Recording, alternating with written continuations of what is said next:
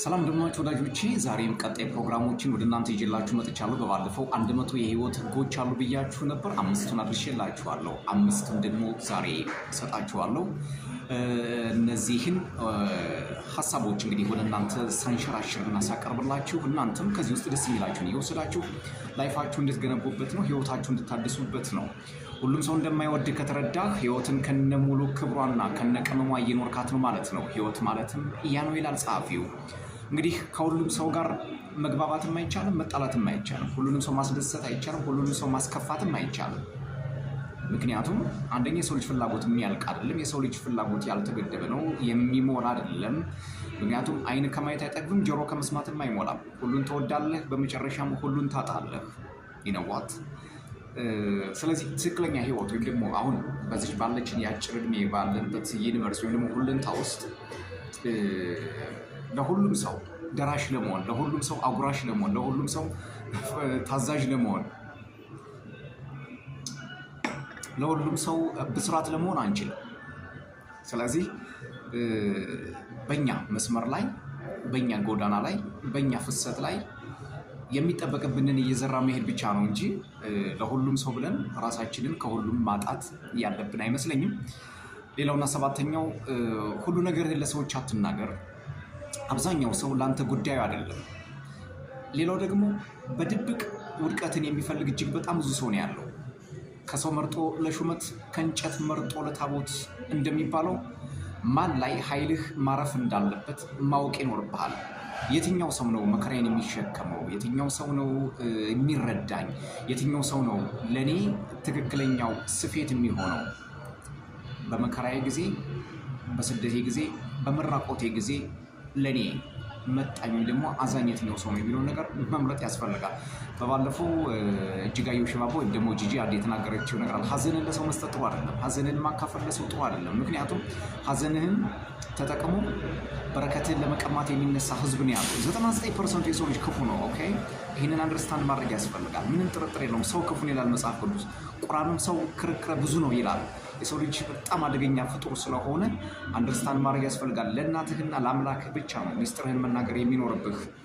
ወይም ደግሞ በጣም የምትመርጣቸው ኃይልህን የማይነጥቁ በረከትህን የማያስወስኑ ሰዎች ላይ ለማረፍ ጥንቃቄ ማድረግ ያስፈልጋል እንጂ ላገኘው ሰው ሁሉ በደሌ እንዲህ ነው ታሟረት ከሆነ በራስ ላይ እሳትና አይነ ጥላህን እየከመርክ ትሄዳለህ ማለት ነው። ሌላውና ቀጣዩ ሀሳብ መልካም ሁን፣ ለሰው ደግ ሁን፣ ቸር ሁን፣ ሩህሩህ ሁን። ነገር ግን እንደ መገልገያ መሳሪያ መሆን የለብህም። ማንም ሰው እየመጣ እንደ ሶፍት ሊጠቀምብህ አይገባም። ለሰው ልጅ ልንታዘዝ እንችላለን። ነገር ግን ከመታዘዛችን ጀርባ ደግሞ ሰይፍ መምዘዝ እንደሚቻል ማሳየትም ያስፈልጋል። አንዳንዴ ቀሽም ትሁት መሆንም አያስፈልግም። በእርግጥ ዓለም የደጃልና የበርባን ዓለም ነው። የሚፈልገው አድቬንቸሮችን ነው፣ ክፉዎችን ነው፣ ሰይፍ መዛዥ ነው፣ ጠመንጃ የሚያነሱ ሰዎችን ነው የሚፈልገው። የዋሆችን፣ ደጎችን፣ ክርስቶሶችን የሰው ልጅ አይወድም፣ አብዛኛው ሰው ማለት ነው። ነገር ግን አንዳንዴ የሆነ ቦታ ላይ ኖ ማለት ያስፈልጋል። የሆነ ቦታ ላይ ኖ የምንልበት አንጻር ላይ መቆም ያስፈልጋል ማለት ነው። ልክ ነው።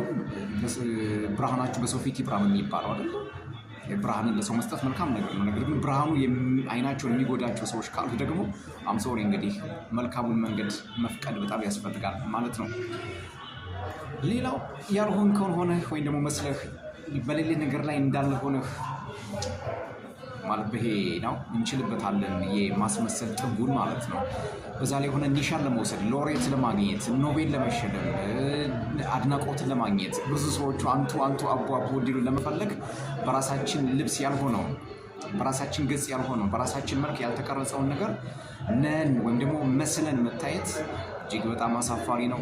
ነኝ እንዳለን የት ሆኜ መሆኔን አየሁኝ ይላል ገጣሚ ሰለሞን ደሬሳ። የት ነን ያለ ነው? ትክክለኛ ማንነታችን ውስጣችን ሌላ ውጩ ሌላ ከሆነ ግጭት ይፈጠራል አይደል?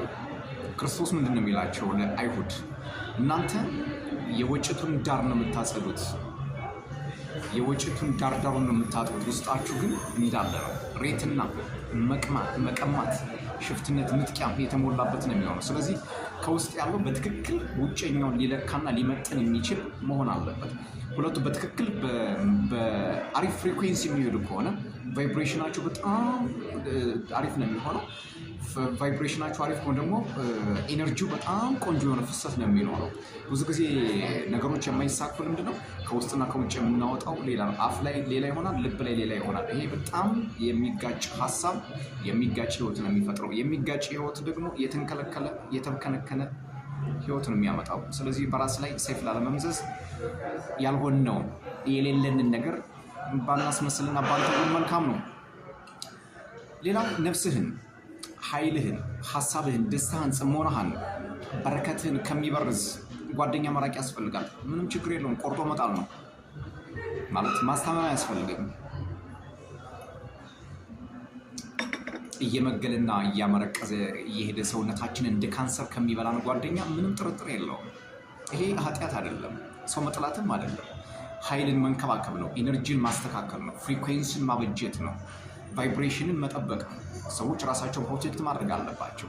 ሰዎች ራሳቸውን መከላከል አለባቸው። ስለዚህ ከክፉ ጓደኛ፣ ከሀሜተኛ ጓደኛ፣ ከዘረኛ ጓደኛ፣ ከጽንፈኛ ጓደኛ፣ ከሚያማርር ጓደኛ ብቻን መሆን 10 እጅ 100 እጥፍ 60 እጥፍ ብላ በጣም ይበልጣል።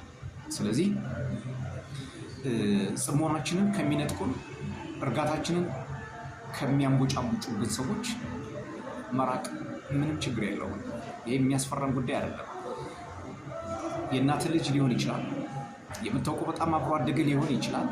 ነገር ግን ኢነርጂን በተደጋጋሚ ሳክ የሚያደርግ ከሆነ ቡዳ ከሆነብህ ያለ አማራጭ ምንድነው?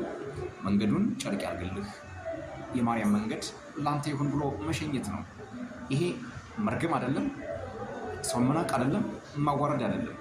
ራስን መንከባከብ፣ መንፈስን ማርቀቅ ነው። ስለዚህ የሆነ ሰው መጥቶ